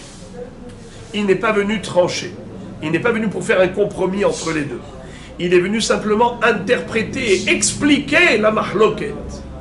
Et il dit, ne vous méprenez pas, détrompez-vous. Vous pouvez croire que la mahloket entre Rabbi Yehuda et Rabbi Shimon, elle est extrême. Ça veut dire qu'ils sont diamétralement opposés. Rabbi Yehuda dit non pour les deux éléments, et Rabbi Shimon dit oui pour les deux éléments. À savoir, pour Rabbi Yehuda, comme on avait compris, qu'il disait que les Lévi'im ne peuvent pas faire un hérem, ni des karkaot, ni des métaltélim. Or, Rabbi Shimon, il pense que les Lévi'im peuvent faire hérem et de l'immobilier, des karkaot, et des métaltélim, du mobilier. Eh bien non, c'est pas comme ça qu'il faut comprendre. Rabbi vient te dire, Nir'in divrei Rabbi Yehuda, les Rabbi Shimon, des karkaot. Avalon nir'in divrei Rabbi Yehuda, les Rabbi Shimon, des métaltélim. Ça veut dire que Rabbi Shimon est d'accord avec Rabbi Yehuda pour karkaot. Comme quoi les Lévi'im ne peuvent pas faire hérem des karkaot. Car c'est un pasouk de la Torah. Qui a huzat olam ulahem. Ils ne peuvent pas s'en séparer. De ce fait, ils ne peuvent pas faire le hérem. Ce sur quoi il n'est pas d'accord avec lui, c'est pour le métaltélim. Rabbi Yehuda, il a comparé métaltélim au karkaot grâce au Hekesh, grâce à la juxtaposition. Lui, Rabbi Shimon ne fait pas cette dracha. Il dit non, il n'y a aucune comparaison à faire. Karkaot c'est une chose, métaltélim c'est autre chose. En effet, le Lévi ne peut pas se séparer de ses karkaot, et par conséquent, il ne peut pas en faire un hérem. Mais pourquoi pas métaltélim? Métaltélim, il peut absolument faire hérem de ses métaltélim. Donc c'est ça la kavana. C'est pas que Rabbi dit je pense comme l'un pour ceci et je pense comme l'autre pour cela. Non, pas du tout. Rabbi n'a pris aucune position. Rabbi n'a fait qu'interpréter. Il te dit, Rabbi Shimon est d'accord avec la moitié de Rabbi Yehuda. Il dit je suis d'accord avec toi pour karkaot, je ne suis pas d'accord avec toi pour métaltélim. Et tout rentre dans l'ordre. Toutes les pièces du puzzle sont réunies et mises à leur place. C'est nous qui avons mal lu, quoi, en fait. Voilà exactement. Et maintenant, la Gemara va parler d'autre chose. Amar Rabbi Chia bar Ravin, Herim metaltelim, notnam lekol kohen sheirtze, sheneemar kol herem beIsraël. Kol herem beIsraël lecha yeh. Herim sedotav, notnam la kohen shebeoto mishmar, sheneemar kisde herem la kohen tiyeh achuzato. Vegamar la kohen migezel la guerre. Veata minalan, detania, la shem la kohen. Kenao Hashem, untano la kohen shebeoto mishmar. De quoi s'agit-il? On va parler maintenant de la notion de herem. On a dit que c'est donné au kohanim. Question, est-ce que je peux l'offrir à n'importe quel kohen que je souhaite? Comme la terouma. Je peux donner la terouma de ma récolte à n'importe quel kohen à qui je souhaite donner. Un kohen de mon choix. Est-ce que ça peut être pareil pour le herem? J'ai fait un herem de mon champ, un herem de mon mobilier. Est-ce que je peux offrir à n'importe quel kohen? Alors écoutez ce que nous dit la Braïta. Pour les métaltélines, pour le mobilier, oui. Je peux offrir le herem à n'importe quel kohen. En ce qui concerne l'immobilier, eh bien non. Il faut absolument donner au kohen shebeoto mishmar. C'est-à-dire aux kohanim qui sont en service, qui sont au service, qui officient dans le Saint-Temple durant cette semaine. Car nous le savons,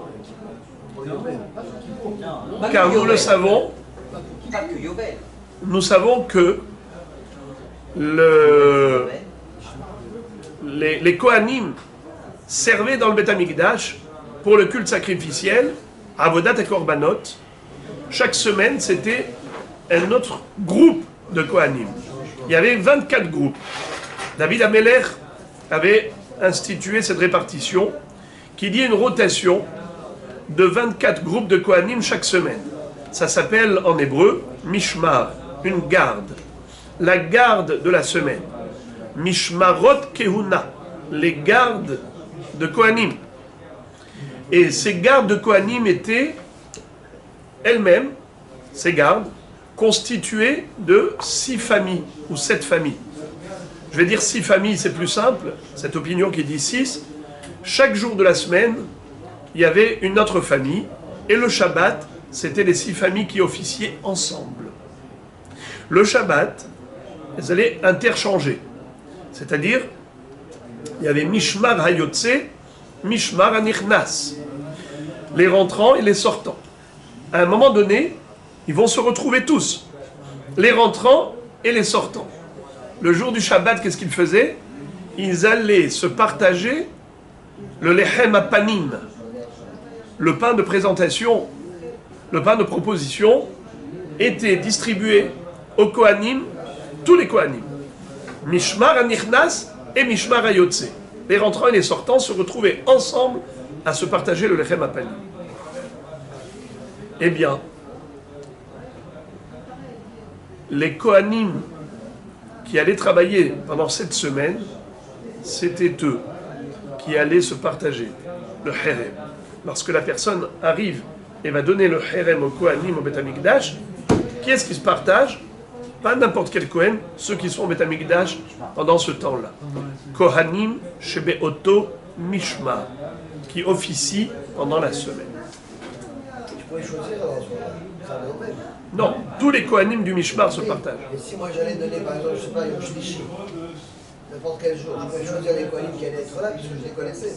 Et Chata Yodea, c'est jamais la même Je les chose. connaissais. Mais non, c'est un Ils étaient tournepeur. connus. Mais non, c'est un tournepeur, Ils c'est étaient jamais les mêmes connus. Ils horaires. étaient connus. Puisque ça a été établi. Ils savaient quel jour chacun avait son service. Donc moi qui étais là, j'aurais pu me destiner. Mais tu es pas de leur comptabilité. Ben oui. Tu sais pas qui va être là. Tu sais pas. Mais si tu le sais. Non. Mais non. Bon, d'accord. Puisque les jours ils sont différents. Alors, très très bonne question. La réponse, c'est Kohanim Shebeoto Mishmar, c'est-à-dire les Kohanim qui étaient en service pendant la semaine où il a fait le Herem. Dès que le monsieur dit « j'offre comme Herem au Beth Amikdash », dès qu'il dit ça, les objets sont sanctifiés, sacralisés. Eh bien, puisque ce jour-là, quand il a fait le Herem, il y avait des Kohanim là-bas, ce sont ces Kohanim de ce Mishmar-là qui vont recevoir. Je reviens au Kohanim qui devrait l'offrir. Pourtant, on pourrait dire que le guide, ça rentre dans une poche, ça sort de l'autre. On pourrait dire que les Kohanim qui ne sont pas de service font un éder pour les Kohanim qui sont de service. Pourquoi pas? Ça ne rentrera pas dans leur poche. Il est fort. Ah, Bombe. Alors, Bombe. bon. j'ai attendu. quand même. Voilà. Il a fait mes odes. Quelle merveille. Mais ça reprend. on va Et donner il faut une dire, semaine. la question de Rabbi Shalom, elle est bombardesque. Et il parle peu, mais quand il parle bien. J'essaye de me taire. Il faut dire que bien que le karka est offert aux Kohanim de ce Mishmar, c'est un cadeau qu'Akadosh Baruch Hu fait aux Kohanim, mais il n'est pas logique qu'un Kohen profite au détriment d'un autre Kohen, puisque finalement, l'objectif d'Akadosh Baruch Hu, c'est de faire profiter les Kohanim par excellence. Donc c'est vrai qu'au moment où il faut faire un choix à quel Kohen je vais donner, c'est sûr qu'il faut faire un choix. Par exemple, je veux donner la terouma à un Kohen. Choisis le Kohen à qui je donne. Il n'y a que ce Kohen qui va profiter, pas les autres Kohanim, n'est-ce pas? Mais peu importe, Akadosh Baruch Hu veut que les Kohanim en général profitent. De qui ils vont profiter? Des Béné Israël. Parce que je veut offrir au Kohanim, mais il ne veut pas offrir d'un Kohen, offrir à un Kohen au détriment d'un autre Kohen. Ça, ce n'est pas logique. Parce que Hachem, il veut faire profiter les Kohanim, c'est l'objectif. Alors, quelle est la logique de dire qu'un Kohen donne à un autre Kohen? Je vais expliquer votre question pour que vous compreniez ma réponse. Vous vous dites que techniquement, puisqu'on a choisi lesquels Kohanim à qui on va donner, ce sont les Kohanim de ce Mishmar, alors un autre Kohen peut lui donner à lui. Mais ça, c'est que technique. Cet arrangement de donner à ce Kohen qui est en service pendant cette semaine, ça, c'est un arrangement technique. C'est pas parce que ce Kohen il est meilleur qu'un autre Kohen. C'est pas qu'il est meilleur. C'est qu'il faut bien faire un choix. À qui je donne? Alors, je m'en fous, il a fait le choix. Alors, vous dites, ah, maintenant qu'on a fait ce choix de donner techniquement à ce Kohen, alors même un autre Kohen peut lui donner. Ça s'appelle plus de la poche gauche à la poche droite, c'est pas à soi-même. Mais cette question, elle est bonne au niveau technique, si tout était, on va dire, un problème technique. Mais ici, c'est au niveau de l'esprit. L'esprit, Akadosh Baruch Hu veut donner au Kohanim. Alors, il n'y a aucune logique de retirer d'un Kohen pour un autre Kohen. Que Israël offre au Kohen, c'est tout le but, que toutes les tribus donnent au Kohanim, pour faire vivre les Kohanim. Parce que eux sont le chevet que Akadosh Baruch Hu a choisi pour servir Hashem Yitbarach, alors ils méritent. Mais il n'y a pas de logique de dire qu'un Kohen va recevoir au détriment d'un autre Kohen. Je pense qu'il y a un Kohen qui a un enfant qui est malade, il dit je vais offrir au Beth Amikdash, et ça va aller au Kohen. Ça peut être dans un vœu de donner quelque chose. Il peut donner au Beth Amikdash, il n'y a pas de Kohen. Herem Lachem pour le Beth Amikdash, mais pas pour un autre Kohen. On parle ici de Hermé Kohanim, pas de Herem de Bedek Habayit. Il y a deux choses au niveau de la terouma, il y a deux choses qui se déroulent au moment du prélèvement de la terouma. On prélève et ensuite on donne. Il y a deux choses. Prélever, c'est pour rendre les fruits autorisés à la consommation. Donc on doit prélever la terouma, on doit prélever le maaser rishon, maaser sheni ou maaser ani. Tant qu'on n'a pas prélevé, l'ensemble de la récolte s'appelle tevel. Tevel qui veut dire tov lo, pas bon à la consommation. Une fois qu'on a prélevé, même si on n'a pas donné, je peux manger le reste. Après, je distribue. Une fois qu'on a prélevé, on distribue ou pas. Alors maintenant, le Kohen à qui il va donner? À lui-même. Il doit prélever pour rendre des fruits permis. On pouvoir manger ses fruits. Mais une fois qu'il a prélevé, lui, il est Kohen, en tant que Kohen, il peut les manger. Donc c'est d'une poche à l'autre. Mais là, il fallait autoriser. Là, ce n'était pas un don direct. Il fallait d'abord autoriser les fruits en prélevant. Et ensuite, il y a la question du don. Là, il donne à lui-même. Bon.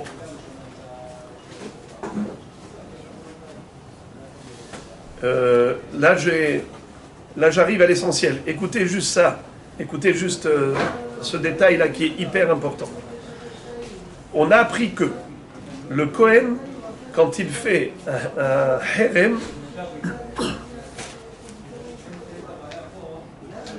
à qui il donne, pardon, lorsque, pas un Kohen, lorsqu'un Ben Israël fait un herem, à qui il donne au Kohanim de ce mishmar. Si c'est des karkarot, si c'est des métaltélim, il peut choisir le Kohen qu'il souhaite. Mais d'où apprend-on ce din-là qu'il faut donner les biens immobiliers au Kohen du mishmar? Comment c'est né? D'où c'est sorti? La réponse, c'est qu'on compare ce herem des karkarot au gezel à guerre. Qu'est-ce que c'est que gezel à guerre? La Torah nous dit que si quelqu'un a volé de l'argent à un guerre, normalement, lorsqu'on a volé de l'argent à quelqu'un, qui on rembourse? Aux héritiers. Mais il peut y avoir un cas de figure où quelqu'un n'a pas d'héritier. C'est qui les héritiers d'un juif? C'est ou son fils, ou son frère, ou son père, ou son cousin, ou bien le cousin du cousin. Tout ce qui passe par la famille paternelle, ils sont tous considérés comme héritiers potentiels. S'il n'y a pas des proches, on va au lointain, Comme on est tous descendants d'Abraham, Yitzhak et Yaakov, alors on est considérés tous proches les uns des autres. Donc l'héritage, il passe quelque part forcément. Mais comment est-ce qu'il pourrait y avoir un homme qui n'a pas d'héritier? Im en la ish goel. Si l'homme n'a pas de goel d'héritier. La Gemara pose la question, Adam be Israël, she'en lo goel, et là c'est gezel la guerre. Le guerre, il se peut qu'il n'ait pas d'héritier. S'il s'est marié, il a des enfants, alors ses enfants sont ses héritiers. Mais s'il n'a pas eu d'enfants, donc il n'a pas d'héritier. Qu'est-ce qui se passe si quelqu'un lui a volé l'argent? À qui il va rembourser? Il n'est plus là, le guerre. Alors maintenant, on ne parle pas d'un vol à l'arraché, on parle d'un vol spécial qui s'appelle Shevurat Apikadon. Imaginons par exemple, Réhouven a donné à Shimon un objet à garder. Shimon a renié. Il a dit, tu m'as jamais rien donné. il amène au tribunal, ils lui disent jure. Il y a 2 témoins. Oh, excusez-moi. S'il lui a dit tu m'as rien donné à garder, il n'y a pas de problème. Mais s'il lui dit oui, tu m'as donné à garder, mais on me l'a volé. Le Beddin lui dit jure qu'on te l'a volé. Il s'est avéré finalement que c'est un menteur. Lui-même, il vient et dit Rabotaï, j'ai fait teshuva. J'ai volé, j'ai menti et j'ai juré à tort. J'ai fait un faux serment. Cet homme, pour se faire pardonner, il faut 3 choses. Keren, Homesh et Hacham.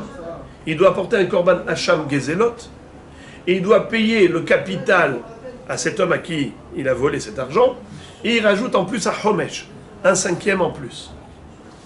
La Torah nous dit que si cet homme à qui il a volé et à qui il a menti, c'était un guerre et qui n'a pas d'héritier et ce guerre-là est mort, qu'est-ce qu'il va faire?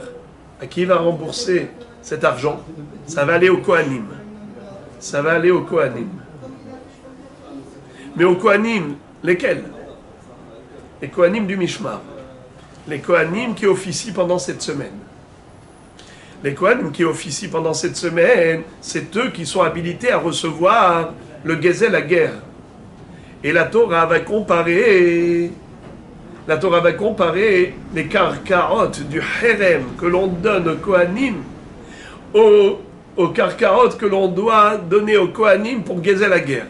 De la même façon que pour Gezel la guerre, on donne aux Kohanim du Mishmar, ainsi les karkarot du Herem, on doit les donner aux Kohanim du Mishmar. Et après, la Gemara pose la question, elle dit, et d'où tu sais que le Gezel la guerre doit être reversé aux Kohanim du Mishmar? Même ça, il me faut une preuve, et elle amène un passouk à l'appui. Donc vous avez compris comment c'est enchaîné. Je vous lis ça rapidement, comme ça on termine. Amarabichi Abarabim, Echerim mitaltelim, notnam ekol kohen shirtse, shenemar kol herem b'Israël echayiye. Donc pour le mobilier, on peut choisir le kohen à qui on veut donner. Echerim sadotav, notnam la kohen shebeoto mishmar. Mais pour l'immobilier, il doit donner obligatoirement aux kohanim qui sont en service pendant la semaine du herem. Shenemar, kisde a herem, la kohen tiye achuzato. Vegamar la kohen migezel la guerre. Comme il y a écrit ici, Ve'ayat sade betseto bayovel kodesh lachem kisde hacherem la kohen tia chuzato. Comme le sede hacherem la kohen tia chuzato. Vegamar la kohen migezel la guerre. On fait une xera shava. Le mot la kohen figure à propos du gezel la guerre. Le mot la kohen figure à propos du herem de Sadeh Achouza, comme pour le Gezel la guerre, c'est Kohen du Mishmar, ainsi pour le herem de Sadeh Achouza, ça doit être reversé au Kohanim du Mishmar. Vehata minalan, et à propos du Gezel la guerre, d'où tu le sais, qu'en effet, il faut donner le Gezel la guerre à qui? Au Kohanim du Mishmar. Detanya, comme il y a écrit dans une baraïta, l'Hashem la Kohen, Kenaho Hashem, ou Netano la Kohen, Jubeoto Mishmar. Qu'est-ce que ça veut dire? Il y a écrit comme ça. Et je vous explique longuement. Ve'im en la ish goel le hashiv ha'asham elav, ha'asham ha'mushav l'Hashem la Kohen milevad el ha'kipurim, asher yichaper bo alav. Qu'est-ce que ça veut dire? La Torah nous dit que si quelqu'un a juré à tort pour renier un dépôt d'argent en disant on me l'a volé alors que c'est pas vrai, c'est lui-même le voleur, alors qu'est-ce qu'il devra payer? Keren Homesh ve'Hacham. Keren Homesh ve'Hacham. Mais le mot Hacham, qui veut dire culpabilité, a 2 connotations. Il y a le Hacham, Korban Hacham, un Korban, qu'on appelle Hacham, mais aussi Hacham désigne le Keren, le capital. Il y a le Homesh, qu'il faut rajouter un 5e, mais il y a aussi le capital. Le capital s'appelle aussi Hacham. Hacham Hamushav. Le capital qu'il va devoir rendre, qu'il va devoir rembourser. À qui il donne quand il s'agit d'un guerre qui n'a pas d'héritier? La Kohen. Je vous lis le pasuk. Ve'im en la ish goel le hashiv ha'asham elav. Et si l'homme n'a pas d'héritier pour lui rendre le Hacham, c'est-à-dire le capital, ha'asham hamushav l'Hashem la Kohen. à Hacham Mouchav, le capital rendu, l'Hachem la Kohen. Il sera rendu à Hachem au Kohen. Qu'est-ce que ça veut dire? Tu le rends à Hachem, à Kadosh Baruch Hu, et Kadosh Baruch Hu le donne au Kohen. Millevad el akipurim asher yechaper bo ala. À part le bélier qui va devoir sacrifier pour se faire pardonner. Comment s'appelle ce bélier? Korban Hacham. Donc il y a le Hacham, Mouchav, l'Hachem, la Kohen, et il y a le Hacham qui est sacrifié. Comment s'appelle d'ailleurs, entre parenthèses, ce Korban Hacham? Il porte un nom. Hacham Gezelot. Hacham Gezelot. Comme on dit tous les matins, qu'il y a 6 sortes de Hachamot. Il y a Hacham Gezelot, Hacham Me'ilot, Hacham Metzora, Hacham Nazir, Hacham Shifha Harufa et Hacham Taloui. On a le Hacham Gezelot, c'est dans quel cas qu'on apporte un korban Hacham pour le Gezel? Pas n'importe quel Gezel, d'Afka le Gezel pour lequel on a juré à tort. Ok, alors regardez comment la Mishnah, la Braïta nous a enseigné Gezerah Shava. Le mot, la Kohen figure dans Herem. Le mot, la Kohen figure dans Gezel la guerre. Comme pour Gezel la guerre, on a vu que c'est la Shem, la Kohen, au Kohen qui est en service, ainsi le Herem, de Karkarot, il faut le reverser au Kohanim du Mishma qui est en service. La Braïta, comme très souvent, elle se remet en cause elle-même pour ensuite enfoncer le clou pour démontrer que ce limoud était un limoud clair et c'est pas juste une supposition. Regardez comment elle-même se remet en cause. Ata omer la Kohen shebeoto mishmar oeno ela lekol Kohen shirtse. Qu'est-ce qui me permet d'affirmer avec certitude que le karka du Cherem est reversé au Kohen de ce mishmar et pas n'importe quel Kohen?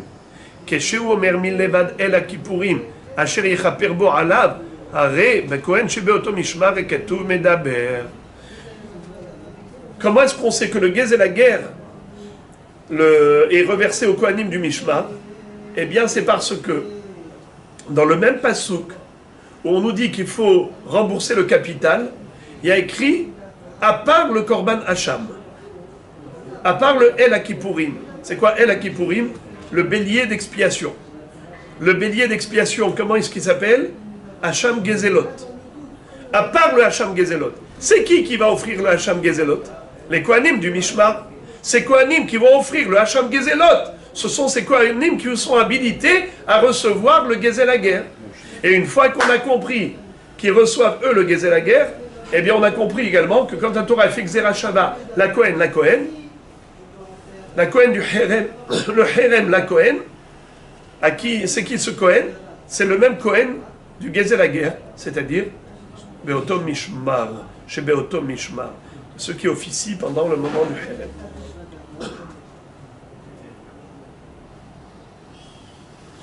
Maintenant, la Gemara, à ce propos, pose une jolie question. Elle demande Ibaya lehu pagarbo be Shabbat.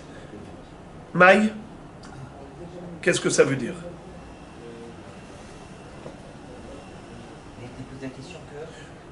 On avait dit que il y avait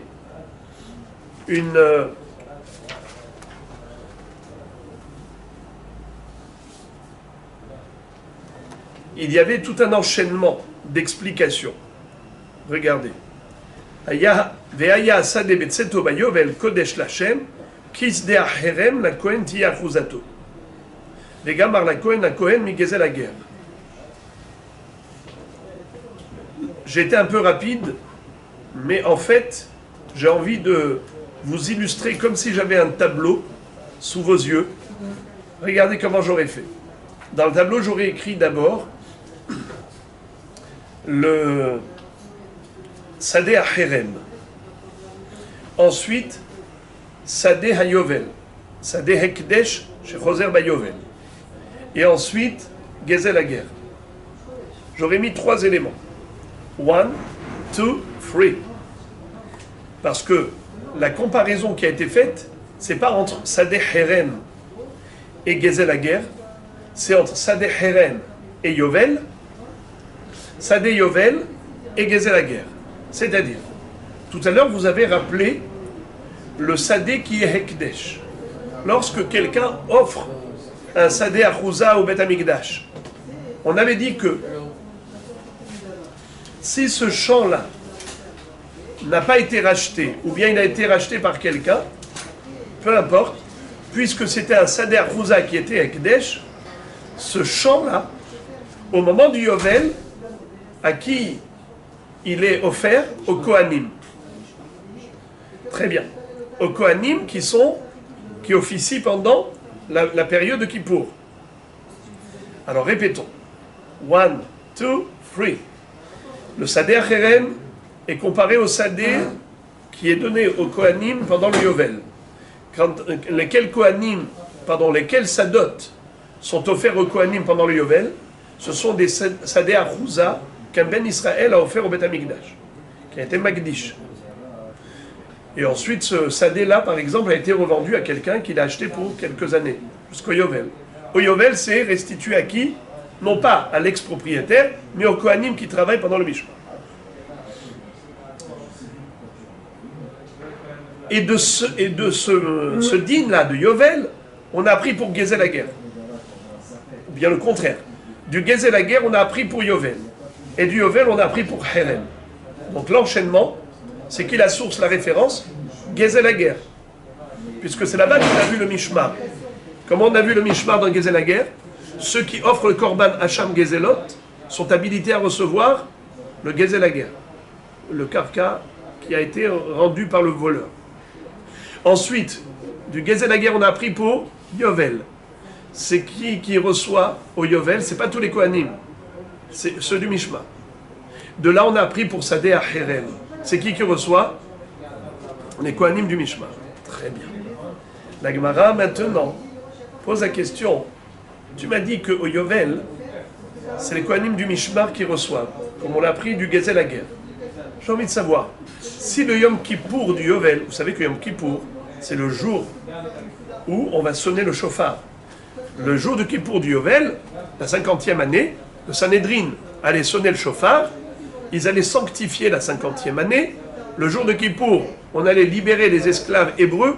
Le jour de Kippour, on allait restituer tous les terrains à leurs propriétaires. Tout se déroulait le jour de Kippour du Yovel.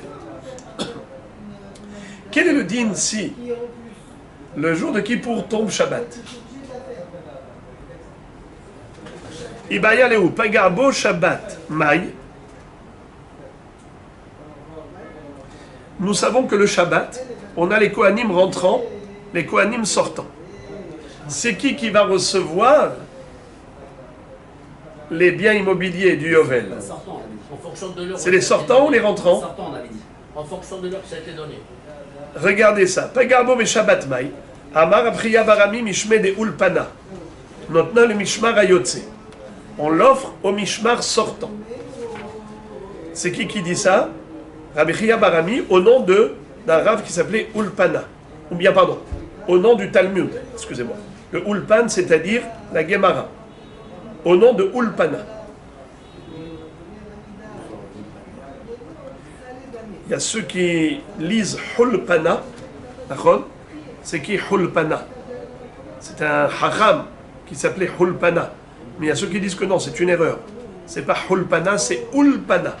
Et Ulpana, c'est le Ulpan, c'est-à-dire le Limoud, au nom de la tradition, au nom du Limoud. Ce qu'on a reçu comme enseignement.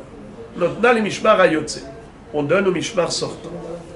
Amar Rav Nachman bar Yitzchak Tanya Name Achi. En effet, c'est confirmé par la braïta suivante,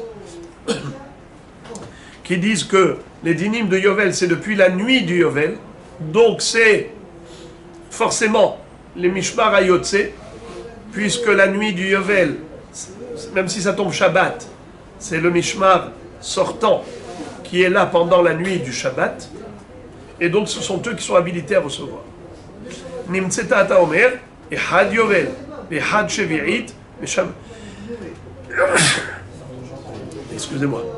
Amar Rav Nachman bar Yitzchak Tanya Name Achi, Nimtzeta ata omer, et had Yovel, et had Shevi'it, משמטים כאחד, אלא שהיובל בתחילתו והשמיטה בסופה. אדרבה, משום אחי הווי,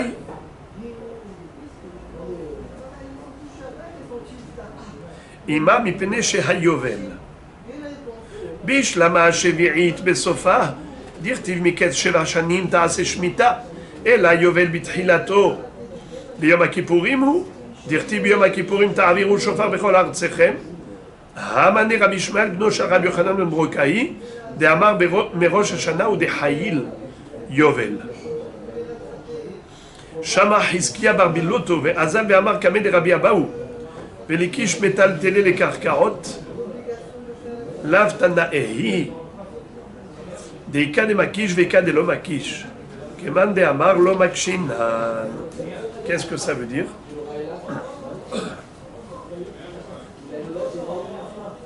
Nous avons ici une halakha qui nous dit que le Yovel,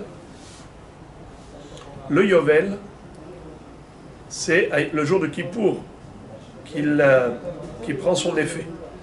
L'effet Yovel, la libération des esclaves hébreux, la restitution des biens immobiliers à leurs ex-propriétaires, tout cela, ça se passe quand? Le jour de Kippour du Yovel. Mais ce n'est pas tout le monde qui dit ça. Certains pensent que c'est à Rosh Hashanah. Rosh Hashanah du Yovel, c'est le début de l'année du Yovel.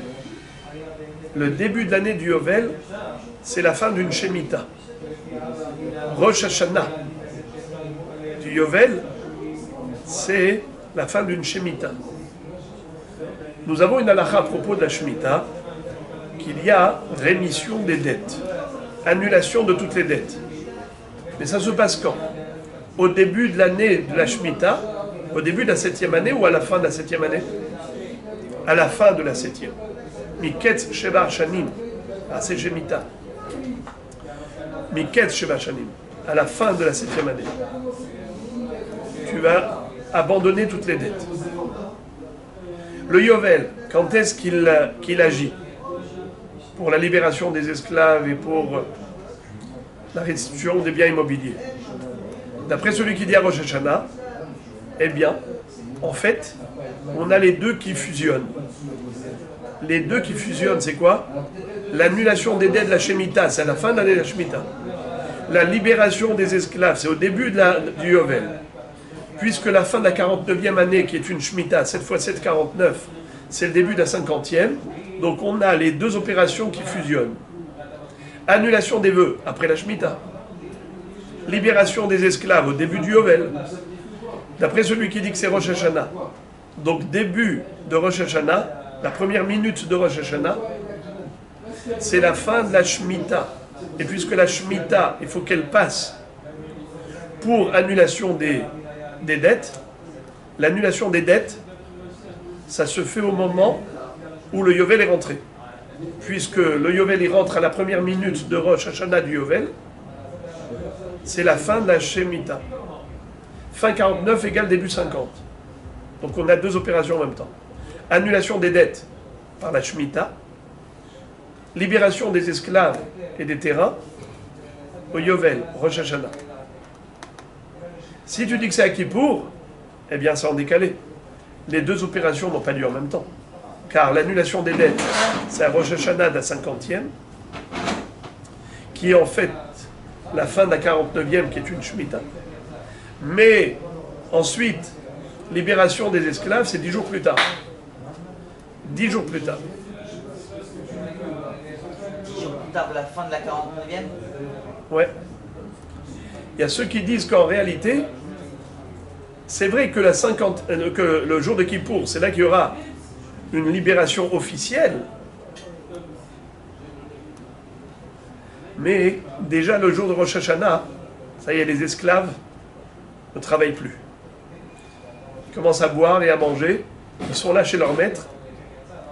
Ils boivent, ils mangent, ils font la fête. Ils se frottent les mains. Mais ils ne sont pas encore complètement, on va dire, officiellement libérés. Concrètement, ils ne travaillent plus. Officiellement libérés à Kippour. Il y a ceux qui disent non, ma pitom, travaille jusqu'à Kippour. Travaille jusqu'à Kippour. Alors Rosh Hashanah agit ou n'agit pas? Celui qui dit qu'il ne travaille pas, c'est que Rosh Hashanah a agi. Celui qui dit qu'il travaille jusqu'à Kippour, c'est que Rosh Hashanah n'a pas agi. Est-ce qu'il y a un décalage entre l'annulation des dettes de la Shemitah précédente, 49e année, et la libération des esclaves, d'après celui qui dit qu'il travaille jusqu'à Kippour, oui, c'est qu'il y a. Alors, donc de ce fait, nous disons comme ça. Je reprends tout le sujet maintenant que vous avez une vue d'ensemble. Amar Rav Nachman bar Yitzchak Tanyana Mehachi, que oui, en effet, c'est donné aux Kohanim de ce Mishmar. D'où tu l'apprends? Nimtzeta ata omer ehad yovel ve'ehad shevi'it mesham metin ke'ehad. Et là, shehayovel vitchila ve'ashmita besofa. C'est-à-dire, est-ce que c'est si Kippour est tombé pendant le Shabbat, est-ce que c'est le Mishmar entrant ou est-ce que c'est le Mishmar sortant? On a dit que c'est le Mishmar sortant. Pourquoi? Parce que Kippour, c'est depuis le soir.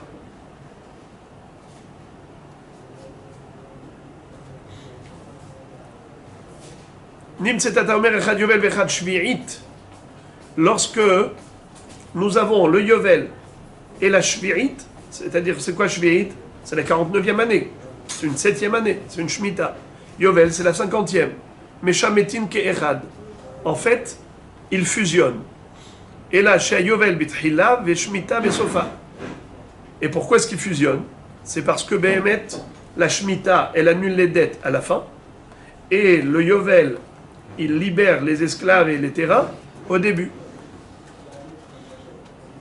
Quand tu as dit le mot Ella, la Gemara, elle cherche à comprendre que ça veut dire Ella. Nachon? Adraba, mishumachi avay. Et là, ima mi pene shayovel. Faut pas dire Ella. Quand tu dis Ella, ça veut dire sauf que. Il n'y a pas de sauf que, au contraire. C'est ça la raison. Pourquoi est-ce qu'ils fusionnent? Parce que justement, Yovel c'est Bitrila et Shemitah c'est Besofa. Donc il faut retirer le mot Ella. En fait, le Ella, on peut le traduire que seulement. Alors, c'est pour ça qu'ici, il ne faut pas dire seulement, il faut dire mi pene, justement, parce que. Alors maintenant, la Gemara explique, elle dit Bish lama shvi'it besofa dirtiv miketz sheva shanim ta'aseh shmita. En effet, tu as une preuve du pasouk que la shmita elle annule les dettes quand? À la fin. Puisqu'il y a écrit miketz, à la fin, miketz sheva shanim ta'aseh shmita. Et la yovel bithilato, je ne comprends pas. Tu me dis que le yovel, il libère les esclaves et tout, depuis le début, depuis Rosh Hashanah, ma pitom, biyom akipurim, dirtiv biyom akipurim ta'aviru shofar, bechol artsechem, vishavtem mishel achuzato. La restitution des biens immobiliers, c'est à partir de Kippour. Donc il y a 10 jours d'écart. Je ne comprends pas comment tu as fait pour dire que ça fusionne. Hamani, c'est le Braïta qui dit que ça fusionne. Rabbi Ishmael beno shel Rabbi Yochanan ben Brokai, de Amar merosh Hashanah ou de Haïl Yovel. Ça correspond à l'opinion de Rabbi Ishmael, le fils de Rabbi Yochanan ben Broka, qui disait que depuis Rosh Hashanah, le Yovel prend effet. La Gemara raconte qu'il y avait un rave qui s'appelait Hizkiya bar Bilutu. Shama Hizkiya bar Bilutu, Be'azal ve'amar kameh de Rabbi Abahu. Qu'est-ce que ça veut dire? Lorsqu'il a entendu cet enseignement de Rabbi Chiya bar Avin, Nachon?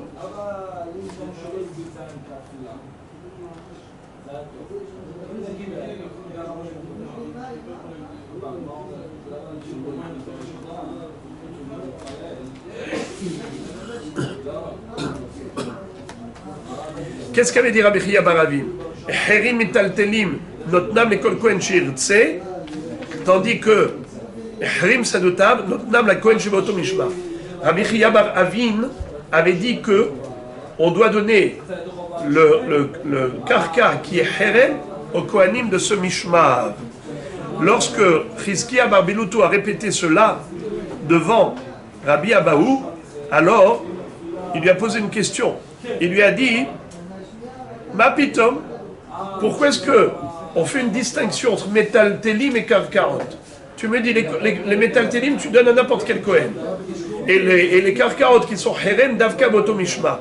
Velikish métal télé, les karkarot, on devrait comparer les métal télim aux karkarot et dire que de la même façon que le karkar c'est davka à ce mishma, ainsi les métal télim auraient dû être offerts aux Kohanim de ce Mishmar. Dans quel passouk on a retrouvé la comparaison? Vous vous rappelez? Où est-ce que la Torah a fait le Hekesh? C'était quel passouk? Arkol Herem, Asher Yaharim Ish, Lachem Mikol Asher Lo, ou Misede Achuzato. Nous voyons dans ce passouk de Herem qu'on compare Metaltelim au Karkaot. Hein? Dans le passouk du Herem. Alors pourquoi est-ce que tu me dis que les Metaltelim qui sont Herem, tu offres à n'importe quel Kohen, et les Karkaot, Herem d'Afkar Mishma? Réponse, Laftana Ei, Deika de Makish, Veika de lo Makish, Kemande Amar lo Makshinam. La Gemara répond, et on te l'a déjà dit plus haut, qu'il y avait une mahloket entre Rabbi Yehuda et Rabbi Shimon. Est-ce qu'on fait Hekesh des Metaltelim avec les Karkaot? On avait vu que certains Tanaïm comparent, d'autres ne comparent pas. Ceux qui comparent, c'était Rabbi Yehuda qui avait dit Metaltelim et Karkaot au Todava.